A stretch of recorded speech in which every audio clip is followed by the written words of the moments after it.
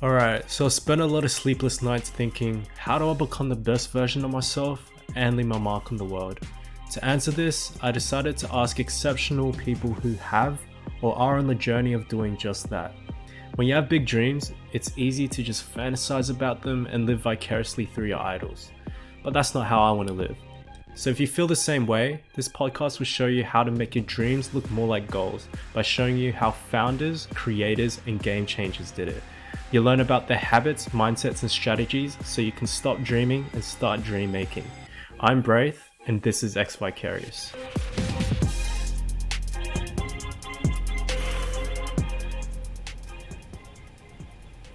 All right, welcome to another episode of ex-vicarious. I'm Braith, and today I'm joined by Tyler Martin. He's an Olympian, three-time founder, early-stage investor, mentor at Blackbird, and a new father of two. One of the companies he founded is Delfina Sport, a customized swimwear and apparel company that helps his fellow Olympians suit up. And interestingly enough, we're filming this episode during the Olympics. Also, if you've had one of these before, Tyler is the man behind it. And for the people listening on audio only, I'm holding up a can of Yes You Can drinks. I gotta say, mate, it's the perfect drink to have during a podcast because, I won't be like falling off the chair or anything. So yeah, thanks for taking the time today, mate. How you going? Yeah, no worries. Thanks for having me. Yeah, so I wanted to just start off with I noticed that you graduated at North Sydney Boys and just wanted to ask, did you ever suit up as Don the Falcon by any chance? I didn't, but I mean, that's a blast from the past. I didn't at the time, and it wasn't probably something that many of the guys did, but maybe the generations have changed now. Yeah, yeah, because yeah, I actually graduated from there as well, and I was just interested, like back when you went there, how was like the sort of experience there? Because I can imagine it may have changed throughout the years. Yeah, a little bit. It was still hyper competitive in the academic world. I think it's only consolidated its position as, one of the premier academically performing schools. But yeah, I definitely remember it being that way. And I I have a couple of friends from school. But my sport, water polo, probably drew me into, I guess, away from the culture of the school. I Yeah, missed pretty much every second day in year 12. But right. I think just being in that environment, and you can relate, probably lifted all boats. So I was probably a beneficiary. And I think my focus on studies was really strong from year 7 to year 10. And then my focus sort of shifted to sport. So I timed that pretty poorly. But no, I Yeah. think for sure I was definitely a beneficiary of being around some incredibly smart people. Yeah, would you say that, from those years, year 7 to 10, if you were in that environment where, everyone is really hardworking and really switched on, that any of those habits would have carried through to when you switched the focus to sport?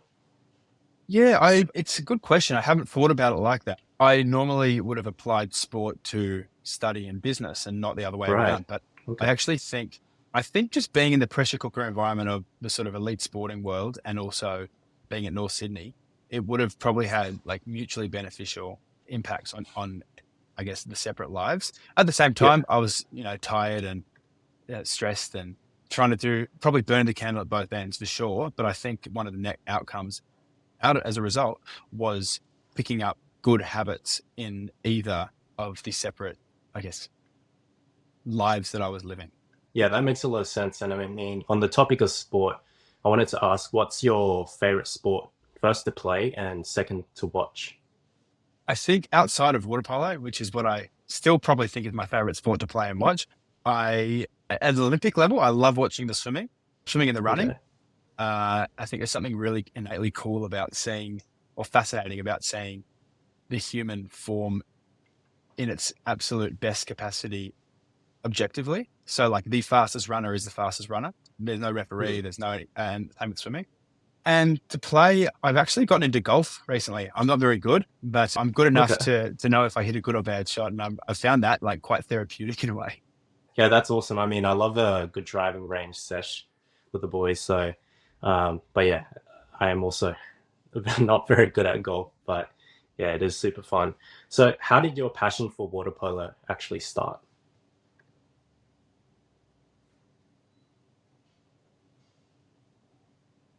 Oh, sorry, I think I lost you there. I lost that Yeah, whole. just came back. Yep. Okay, I was just saying, how did your passion for water polo actually start? So I always loved sport, and I probably always wanted to play for Australia in some sport, and it's shifted throughout my childhood. It was soccer, and then probably randomly was tennis, even though I didn't play tennis. I think I was watching Pat Rafter and those guys go through and succeed. And then I was playing rugby and then also swimming. And it's the merging of rugby and swimming that led me to water polo. Went to my local club, Right. and then I just really gravitated towards it. I really enjoyed the combination of, I guess, the physicality with the swimming, with the, I guess, tactics and the skills of the sport. And then I made a couple of representative teams, and that became this virtuous cycle of positive reinforcement. And then I was enjoying that, and then I was traveling, and then I was playing and competing at a high level for my age group. And then I guess the snowball effect started to occur. Being swimming combo does make a lot of sense because I guess it is like rugby and water.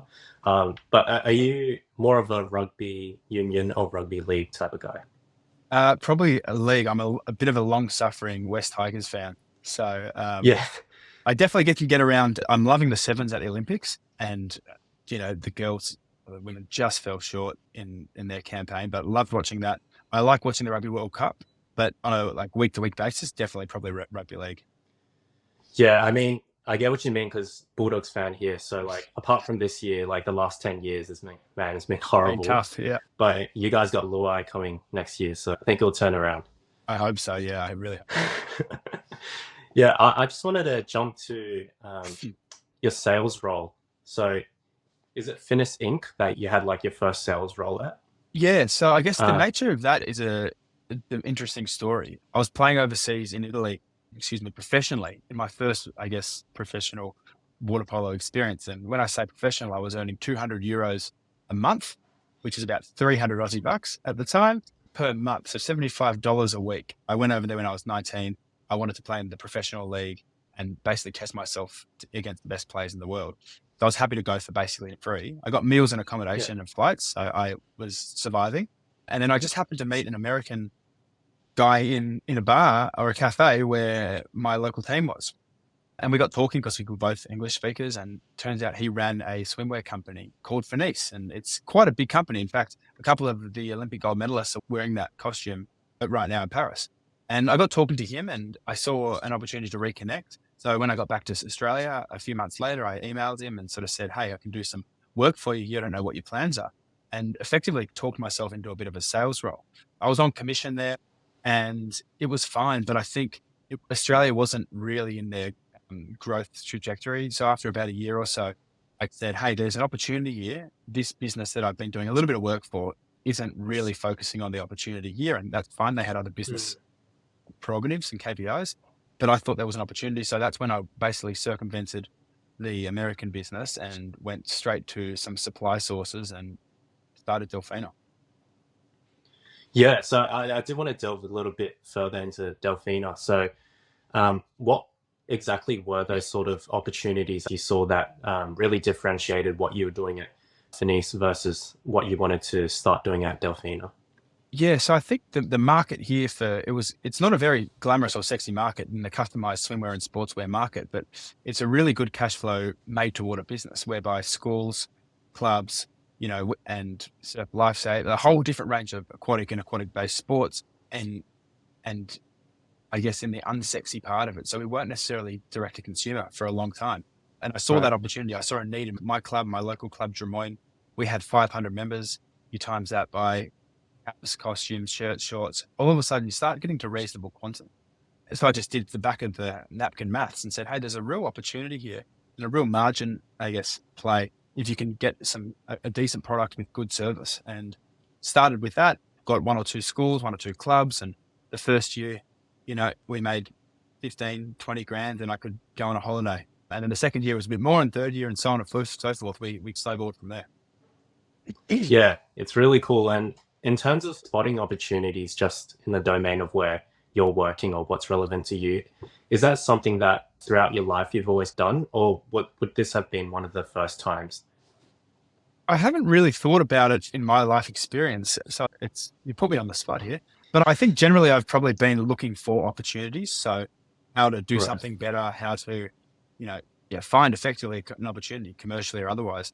And I think that's generally how most companies should start or do start, that sort of problem statement of solving something or notifying a gap in a market that you are in. I heard Yeah, recently a really good way of looking at opportunities is looking at if you're an existing business, looking at what your P&L says and looking where you're spending your most money. Like that, where right. are you spending your most money on I mean, this is a bad example, but let's say on like a CRM. Well, okay, maybe you should start a CRM company. Now, again, bad example, big money now, but at a certain point in time, if you identified what that line item that was costing you the most money or time or stress or headache, then that probably therein lies an opportunity. Yeah, yeah, that does make a lot of sense. I wanted to take a bit of a right turn now. I wanted to ask, what's the earliest dream you remember having that you still have to this day? Yeah, another good question. I think my real earliest dream was mainly sports related. Like I wanted to, I think, play soccer for Australia at the time and for Tottenham Hotspur, which is Yeah, a team I went for in the Premier League. That transitioned to making the Olympics and playing for Australia at the Olympics. So in terms of like my biggest dream in my life, I guess I achieved that when I did go to Rio. Then so in that regard, I don't harbor that same sporting dream anymore. hmm. But my next dream, I guess, thereafter was to create a generational company that would provide me financial freedom, but effectively just the freedom to do what I wanted to do when I want to do it. Now, I don't have I don't have a specific company in mind. I've got my current business, Yes You Can Drinks, which is serving a purpose for in that space and playing a role. But I guess in that regard, we're still marching towards the creation of a generational company. Yeah. So I wanted to go to that moment, when you did reach the Olympics. What was most fulfilling about it? And if you could tell your younger self who had that dream in the first place, once you reached that point, like, well, what would you tell them about that experience and about the path that you took to actually get there? Yeah, I think the one of the things I remember most, or one of the most impactful, was being like lining up for the first game in Brazil, 5,000 people in the crowd or more probably, couldn't hear anything. And then I remember diving into the pool and going underwater and hearing absolute silence, and then popping my head up again that I couldn't even hear my teammate 1 meter away. It was just so noisy. The atmosphere was amazing. Uh, I think another thing that I remember as well is like you'd walk past people in the village, you'd walk past Rafael Nadal, Andy Murray, some of the basketballers, and it was quite equalizing in many ways. It was like everyone who was there, whether you were in the most professional or popular sport or, highly paid or otherwise, had a mutual respect for the work and time and effort and energy and dedication that it took to actually get to that level. So that was a really cool experience. I think to your second point around what would I tell myself, my younger self, looking back, I'd probably say two things. One would be find the joy in the journey and like the setbacks and the hurdles and the physical, emotional stress. Like, don't just compartmentalize. We got Yeah. there to the final nth degree, whereby you're not actually enjoying that moment, but you're actually like that's the building blocks towards achieving something that you want to do. Because the Olympics is 2 weeks, it's over like that. But you train for 20 years to do it. So it's like many people who build businesses don't build a business to sell in 20 years. You need to enjoy the day to day and the journey. Mm. And the other thing I'd say actually at the Olympics is stop and smell the roses. So we got so in the zone, we were, hyper focused, and then it's over in a blink of an eye. I think I would have taken more photos with famous athletes. I would have traded more kit. I would have, watched more other events. I would have really tried to embrace it and really be mindful and present at the Olympics, because you can definitely get caught in a bubble of taking it too seriously, and sometimes that can actually work against you. Yeah. Did you have any surprising conversations with any of the athletes in the other sports? Not particularly. Like we played a little bit of table tennis with some of the American basketballers, which was quite cool and whatnot. But one thing, I just again, I think if we had an environment around our team that was a bit more open to engaging those types of conversations and less about, okay, we're here to do a job and we've got to be hyper serious, I think that would have been a more positive experience for everyone, to be honest. Yeah, like what I'm interested in actually is like if you did have I guess, a bit more of a present, open mindset. Do you think it would have impacted, I guess, your performance once you get into the water though, Yeah, as a team? I think so. Yeah. I think we were probably a little bit too rigid, a little bit too serious is not the right word, but it would do. We're a bit too serious. We wanted to be serious, but I think we didn't enjoy the moment as much as we could have. And I think we just wanted to be Mm, seen to be focused and absolutely dedicated. Like we didn't go to the opening ceremony because we had a game the next day. And I tend to think that was an okay call. But at the same time, I think we missed the opportunity to really, I guess, involve ourselves in what the Olympics is really about, which is yes, performance, but it's like it's a community, it's an experience that you never really get to experience outside of that. yeah, that does make a lot of sense. In terms of those setbacks that you mentioned before, like part of the journey, there are these setbacks that will keep you down for a while, but those are things that you have to push through, and you did push through. What would you say is one or are one of some of the biggest setbacks that you did get through in that journey of getting to the Olympics, since the moment you knew that water polo was the way you wanted to get there? Oh, like I've missed multiple teams. I didn't make like selections frequently. The biggest one actually mentally, probably, because it was the most persistent, was I had a bad elbow injury for about 2 years when I was like 23 and thought that I would potentially have to quit Right. when I was just felt like I was getting started. So that was quite physically and mentally debilitating because I just couldn't get it better. And then slowly but surely pushed through and got it better. But like I lived overseas, that was really tough playing overseas, middle of winter in the countries that you don't speak the language, and the team's not doing well in periods, and they're blaming the foreign players. And I could write a book on you know the challenges of Mm. that, and it's all about, I guess, getting out of your comfort zone, and that's what you find. People push back, life happens, and you just have to find a way to get through it and figure it out. Yeah, so through those times where you were trying to get through it, were there any mindsets or like habits that you introduced into your life that helped you day to day? I think one thing that helped me was I was growing Delfina while I was doing this. So I think having I remember thinking sometimes if water polo wasn't doing well, but the business was doing well, then, it equalized and vice versa. Sometimes if they both felt like a struggle, it was tough, but I think that was quite helpful. So having like an outlet from business was water polo and from water polo was business. I think just the standard things as well, which even now I'm much more educated on, but good sleep, good hydration, good recovery, good eating, all these kinds of things. Like it's almost like table stakes for performance and productivity now, but 10 years ago, they weren't necessarily as Mm. lauded. So I think I just noticed now looking back that when I did tick all those boxes, then it made little hurdles smaller. And when I didn't, the hurdles felt bigger.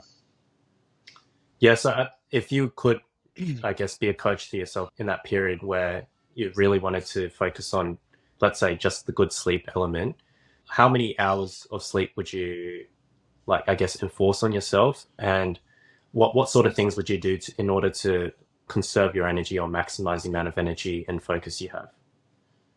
Yeah, I think sleep, I mean, it's not revolutionary stuff. It's like just trying to basically eliminating phone use before bed. That Mm.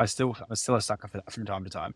And just, I guess it all comes down to, I guess, an individual principle of discipline and having some sort of discipline mechanics. Well, first of all, and the overarching value of, am I a disciplined person? Can I be a disciplined person? Mm. Do I want to achieve something more than what this sugar hit of phone or sugar or alcohol or whatever it may be is going to give me? Not that I don't do that. I still eat sugar. I still drink alcohol. I still have to scroll my phone in bed. But knowing that en masse, I am able to, I guess, take agency over that. So if I know that I'm tired and having a bad and need a good sleep, then I know then one of my values is that I'm disciplined enough to actually do the things required to get that good sleep. And that is, yeah, good hydration, sometimes magnesium powder now before bed, and put my phone away. Just put it away because if it's, avoid that temptation. Yeah, so in terms of building those values or disciplines or being able to know that you are a disciplined person, and I guess like flicking that switch once you catch yourself drifting off scrolling your phone too much, for example, how do you think you actually built that throughout time? That sort of value to know that you are disciplined and you're able to switch it on when you need to. I think a lot of it wasn't by design. I think some of it was just circumstantial, and one thing sort of, I guess I've used it a few times, but snowballing. So knowing the fact that I can wake up in the morning at 4:20 a.m., get into a pool at 4:45 a.m. and swim 5 kilometers, you know, that wasn't every day, but like a lot of that Yeah. between the age of 13 and 25, it's like that builds discipline. So I think you can plan to be disciplined, you can plan to be resilient, you can plan for all these things. And maybe in another world, I would have actually designed it. But I think there's nothing calluses the mind or the body like actually doing shit, basically. So Yeah. like it accumulates over time. And, if someone tells me today, I'm really disciplined and I'm really resilient, and like I would be thinking, awesome, what from or how or show me. Like, I think Mm. it's a combination of designing it and, willing it into existence, but also demonstrating it.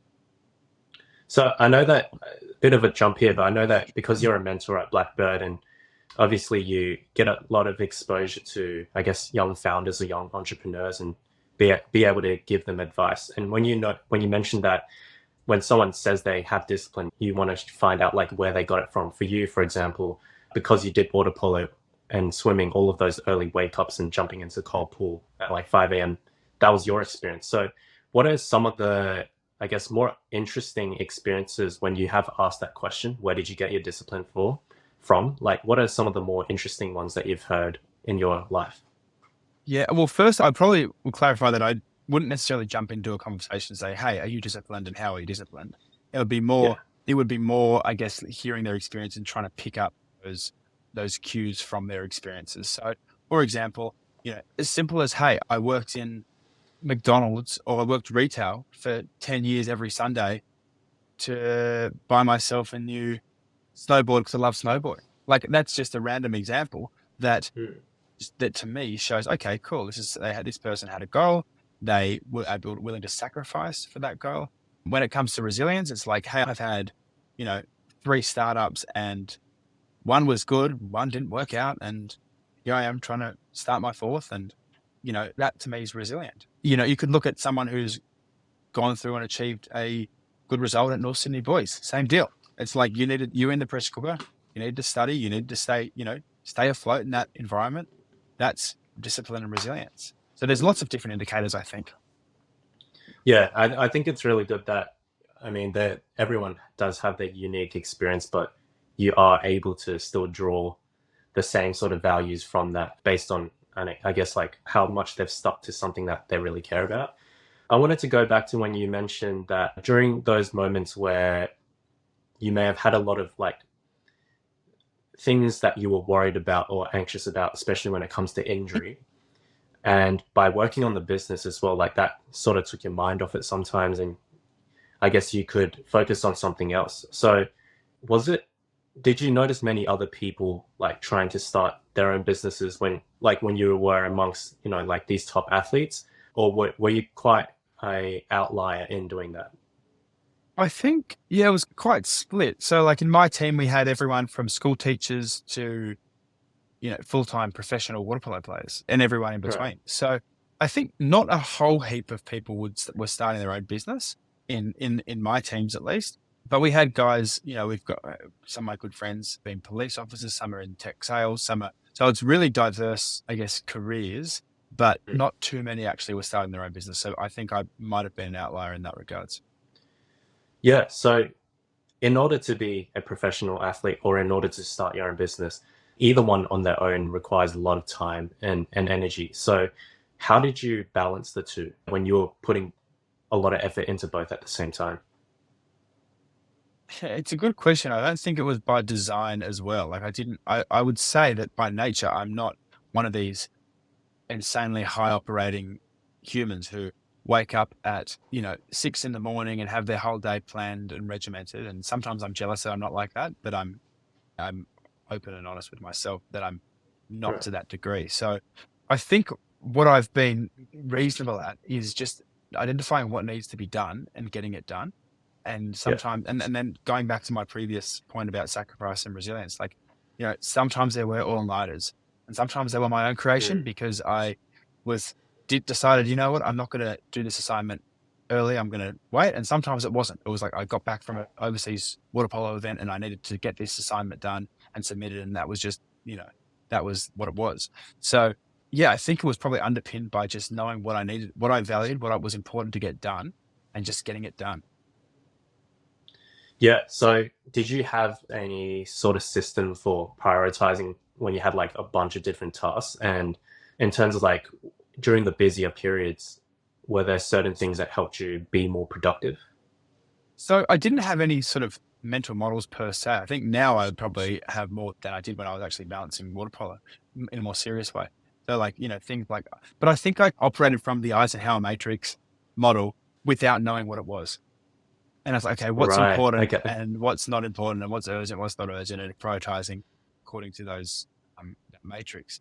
And yeah, so I was probably less in the, I guess, typical um, founder mentality, studying mental models with systems when I was playing water polo and running Delfina than I actually am now, funnily enough. Yeah. So would you say like now that you, I guess, do have are able to put names to those different models and know the theory behind it, do you think that the experiences you had before where you didn't consciously have a model but you were sort of following it yourself, do you think that has helped you more nowadays? Like rather than let's say you back in the day you actually spent a lot of time learning those models, do you think just by doing it and forcing yourself to like figure it out, do you think that's actually helped you more? Oh, I think so for sure. I think the problem with a lot of people in like LinkedIn and the Twitterverse is it's so easy to do a 10-page swipe file of, or swipe, whatever they're called, images of like productivity hacks from Seneca or from whoever it may be, like these models and like Charlie Munger's, mental models or Ray Dalio's principles or whatever it may be. Like Yeah. but without actually implementing them, you still get nothing done. So I think like taking action is by far the most important thing to do. And then you can refine. And then you got to work out what works for you as well. Like if, and I think there's this paradox of productivity where you can try to be so productive and try all these productivity hacks and models and things like that. And you end up doing none of the work that needs to get done and Yeah. all of these optimizing the productivity hacks. Yeah, yeah, that's completely true. It's like you're focusing on trying to be better, but the whole reason you were trying to be better is like something you completely neglected. So yeah, Yeah. I definitely agree that that bias to action is always the thing that helps you learn the quickest. And so nowadays, as a mentor, how do you what sort of advice do you give people when they're earlier on in their careers and they are worried about, all these different theories they may need to learn or like all these different ways that business works? And yeah, what sort of advice do you give to them when they think they need to learn a lot more before they start doing? Yeah, I think it's like constantly, yeah, like you touched on before, bias to action, and then just like learn, generate these feedback loops on the run. So I Mm. think it's very, it can be as simple as, okay, what did I do? What happened after me having done that? Did it work? Did it not work? Like a small example with my current business. Okay, what did we do? We sampled drinks at a university event. Did it work?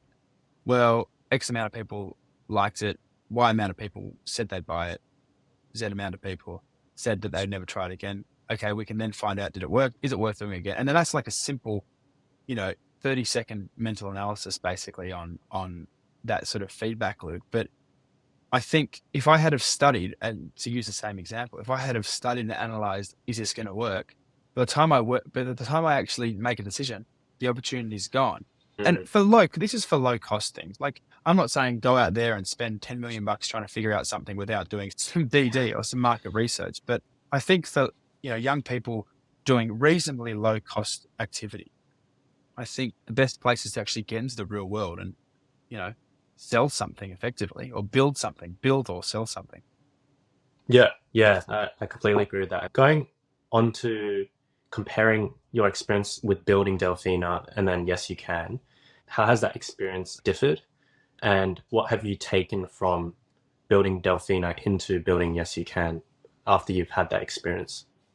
So I think firstly, building Yes You Can has been in like the last 3 years or so, and I ran Delfina sort of slowly and then wrapped it up for about 6 years or something like that, 6 or 7. I've learned infinitely more with Yes You Can than Delfina. And I think building a FMCG or consumer goods business in Australia is one of the hardest things you can do in business in Australia, because we are a big country with not a lot of people, generally speaking. We have two main supermarket channels and everything's expensive. Yeah. So to make. So that has been a massive learning. Another big learning is actually about distribution. With Delfina, I had distribution because I was in the water polo and aquatic world. I knew the right people. I could have had the conversations, and my distribution didn't need to be vetted per se. Because if North Sydney boys, for example, I knew the people there. Obviously, I went there. They want to order 50 costumes. Great. One person can sign off right then and there. So I had distribution wasn't a barrier. If you look at like consumer goods, there is a distribution barrier. You need to get into the major retailers. Yes, there's online, but it's not as pervasive as, say, in the States. But you need to get into major retailers. You need to have a distribution go-to-market plan and strategy, because your sales and your success is so heavily weighted towards your distribution. And a big learning from Yes You Can is that if you are a discretionary purchase, so you're not an absolute necessity, then you need to be easily available where people are willing to buy you at a price point they're willing to buy you at the time that they want you. So there's quite a few variables that actually go into it. It's in the consumer. So it's been a really good learning experience.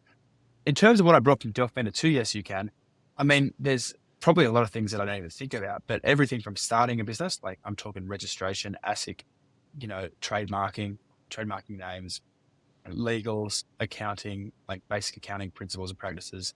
So there's lots of sort of boring standard business BAU stuff. I think a decent eye for brand and marketing and strategy has been important, but I have learned a lot about just business in general from running a drinks business in Australia. Yeah, yeah, that's really cool. And what part of running the business do you enjoy most?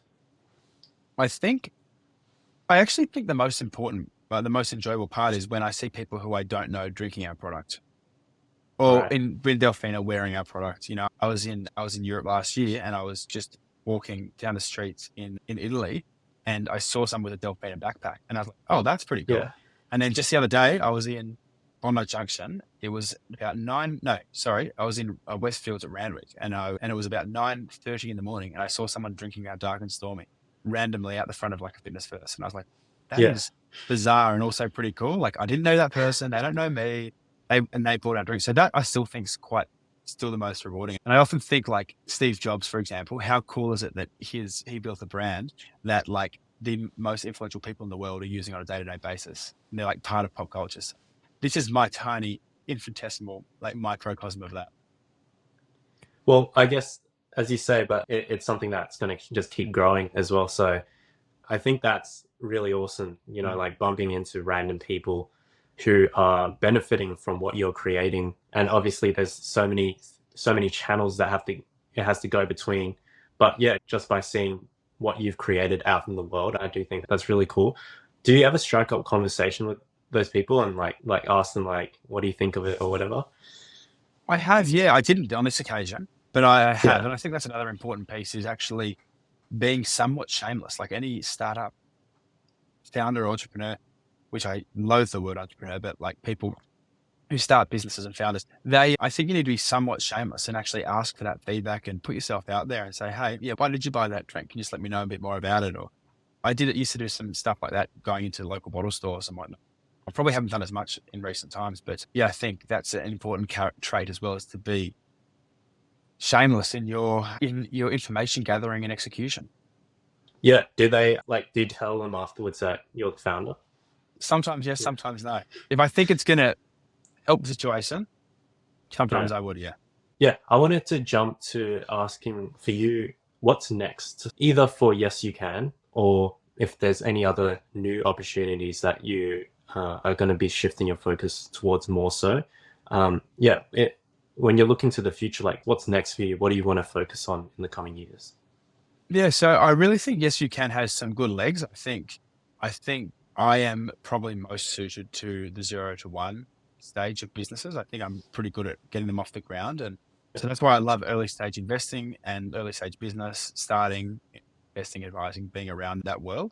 I don't think I'm the guy that's going to turn Yes You Can into, a global behemoth. I think there's much more skilled people to do that than me. So I'd love that to see it happen. So trying to work on what the next phase of growth is for Yes You Can. And then for me personally, I think it'll be, looking at, I don't know which side of the fence, the investing or the starting, I'll fall on next. But I think it's got to be in the sort of sectors that I like, which is sort of health, wellness, something sportish related, ideally hyper scalable. And I think something in that space, but I'm not entirely sure if I was going to be on the founding side. So yeah, maybe joining the Tigers as well. That could be a good option. Yeah, maybe. Once they start going a bit better, I'll jump on board the bandwagon. Yeah. In terms of, what you said, you think you're best at that 0 to 1 stage. You're really interested in advising and investing in those early stage companies. Where does the passion for that start? Or like what's most compelling to you about that early stage? I think because, like I said before, I wouldn't profess to be the most analytical, structured, planned thinker. I think I've been reasonably successful at I guess, finding a way, being resourceful and being resilient.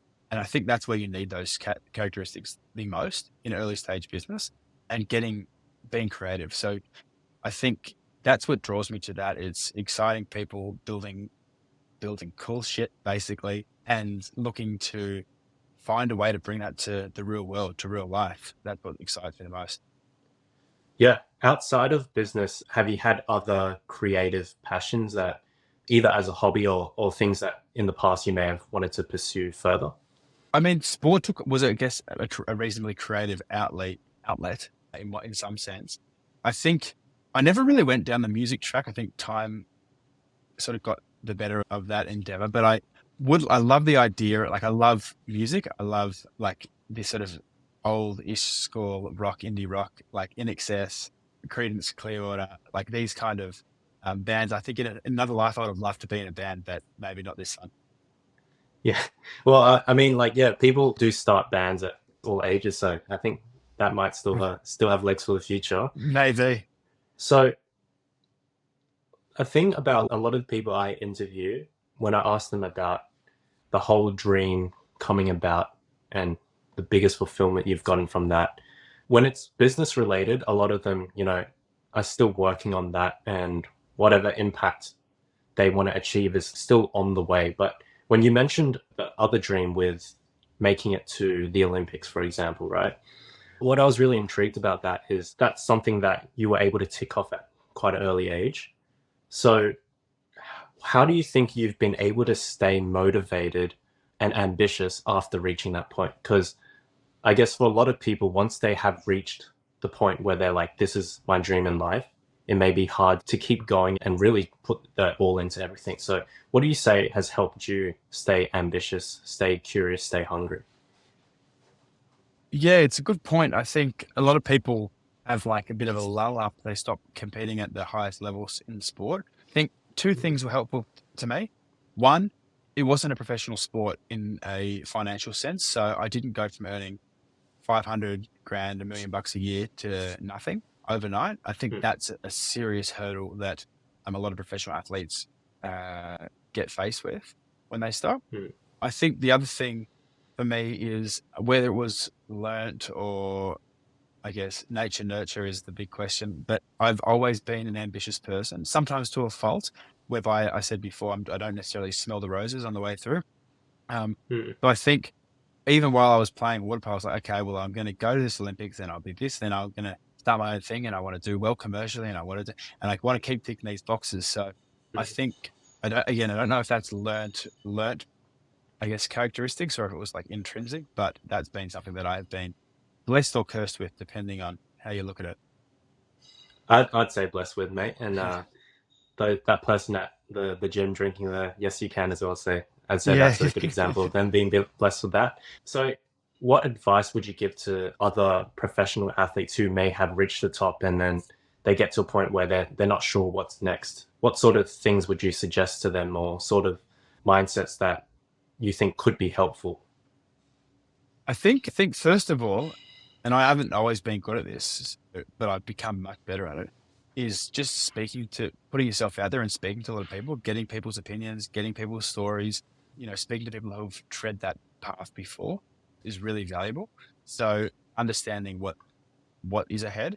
I think as well, trying to find out, I guess we talk about um, like finding the nexus of what you're good at, and why can't I remember it, the Japanese word for it's like what the world needs, what you're good at, and yeah, and you've sort of down this Ikigai. purpose.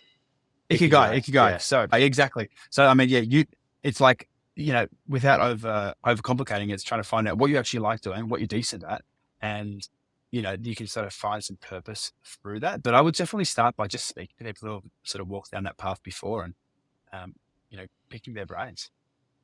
Yeah. So, I mean, on the topic of Ikigai and finding something that you're good at and the world needs, how do you think that you being a professional athlete versus um, a founder, where did the intersect come about for you? What would you say is a commonality between the two that allowed you to excel in both? I think a big one is just learning how to deal with kind of setbacks and failure.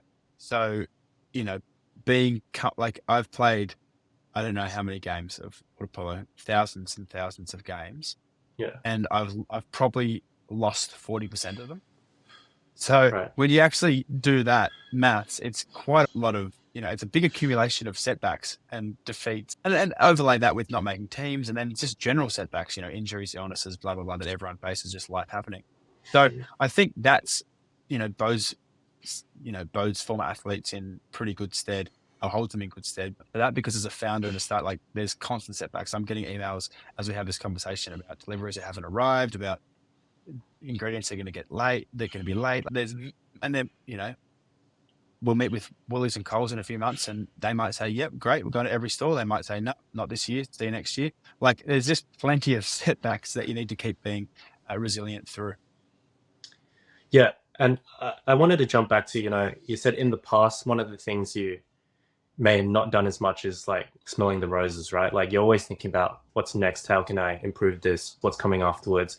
So nowadays, having a young family and balancing that with growing a company, early stage investing, advising, mentoring, how do you balance your sort of time and energy nowadays and be able to stay in the present while you have so many things going on and so many different responsibilities? Yeah, so I'll start with saying I still haven't nailed it, and I still, slip up from what I would like my standards to be probably every day. But I try and compartmentalize my days. I try and time block the bits and pieces, and be reasonably diligent with my time, and I guess selfish with my time in some regards, which might sound Yeah. weird, but it actually enables a lot more freedom outside of it. And I try, again, not every time I succeed, but I try and be off my phone as much when I have like quality time with the boys, my kids. And that goes a long way in a world where we're glued to our phones, myself included.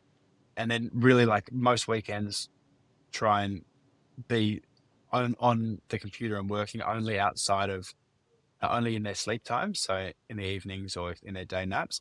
So try and be as present, but it's certainly a juggling act. Yeah, that's awesome to hear. The phone part is a huge thing for everyone nowadays. It is really hard to stay off it, but it stops you from being able to reflect and introspect and all that. So yeah, that's awesome to hear. I wanted to finish off with two questions that I asked every guest. And the first one was, if you had to live your life following the words of one single quote, what would it be? That is another good question. So I've got a cut on my like little Notion doc that I'm slowly migrating everything across to.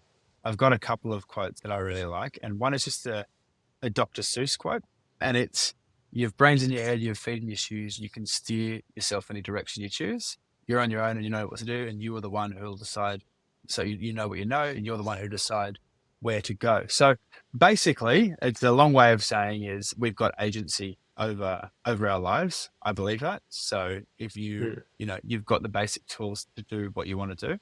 And then the other quote that I like and need to get better at, still, it's still work in progress, is that you can basically, a person's success in life can usually be measured or correlates to the number of uncomfortable conversations they're willing to have.